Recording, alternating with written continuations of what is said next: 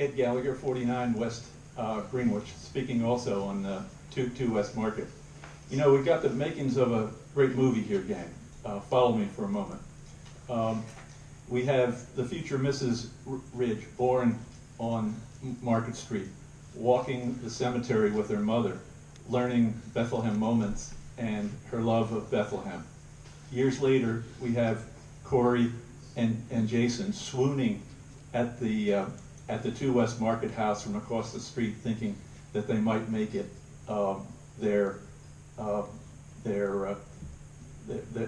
business. We've got to put a villain in here, and I'm thinking it's Steve Diamond. You like the rough and tumble of Steve Diamond. We have his video from the last meeting here, aggressively fighting the petition. Think of the camera lovingly circling 2 West Market, going in the front door, and seeing Jim Kostecki working on old woodwork or something like that. This is great stuff. Then comes Mr. Ridge himself, who I've never seen before, that last meeting. The drama of that last meeting. Mr. Ridge comes here a few minutes before he speaks, not from the back. And I'm sitting over here saying, who is that guy? He looks important. He looks significant. Mr. Ridge comes to the podium, creates a little suspense and tension. 2 people behind me are worried about what I'm going to say, and his attorney pipes up, 3 people actually.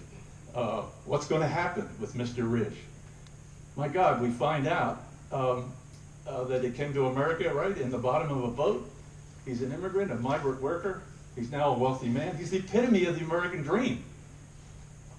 We have a person of color comes and said, Coach, Mr. Ridge helped me, changed my life. We have a woman in the dress shop that's apparently working there for free. What more could we want from Mr. Ridge, the epitome of the American dream? This is a great movie, gang. It will show at the Banco Ale House, and people will cry and they will weep. But we can't show it here. This is not a movie. Town Hall is like a courthouse. This is a legal issue. You are judges. We have to act that way. We have to expect you guys to be impartial, objective, fair. I worried about that last time. I worried about the kind of coziness that I saw in Mr. Callahan's comments, wishing Mr. Ridge success at the end.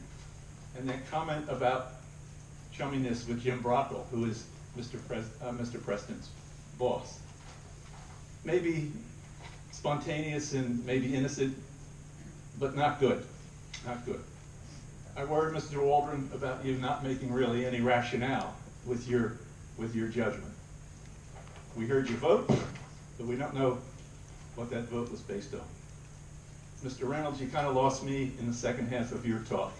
I'm going to tell you something you won't want to hear. I'm going to tell you something you don't want to hear. To me, that's kind of intimidating. He's got a booming voice. He's got the boomiest voice in the room. That's intimidating. And the idea that he felt like, let's move on. Let's move on to the next thing. How does that make you feel if you're bringing your case here? So this is like a court of law, and we should treat it that way. So it's the quality of the judgments. It's the rationality of the arguments.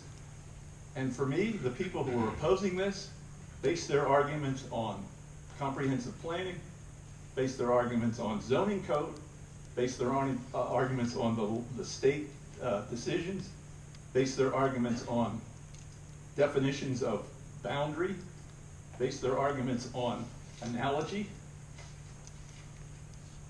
Good basis, good arguments. Those approving, I felt were weak. Subjectivity, the zoning denier. I don't believe that's a residential neighborhood. Where does that take you down the line if that's the attitude from the judge? One of the other affirming votes, I thought completely misread the nature of the opposition here. Mr. Reynolds, you had a very interesting point that I actually wrote that you woke me up to something there when you pointed out the 12 possible businesses that could come in after. But each of those would need a definition in the zoning code. We have definitions of 24 businesses in the zoning code, to be very careful.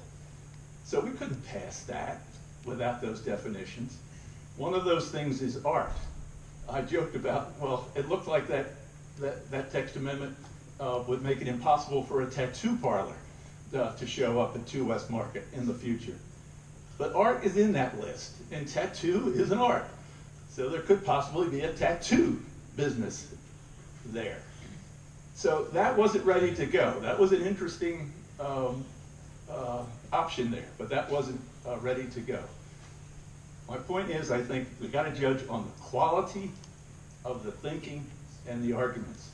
And for me, the opposers here are much better at that than the people who are approving. Thank you. Thank you, Mr. Gallagher. Is there anyone else on this side of the room who would like to make comment? Moving into the center. Okay, turn it off. Anyone who would like to make comment?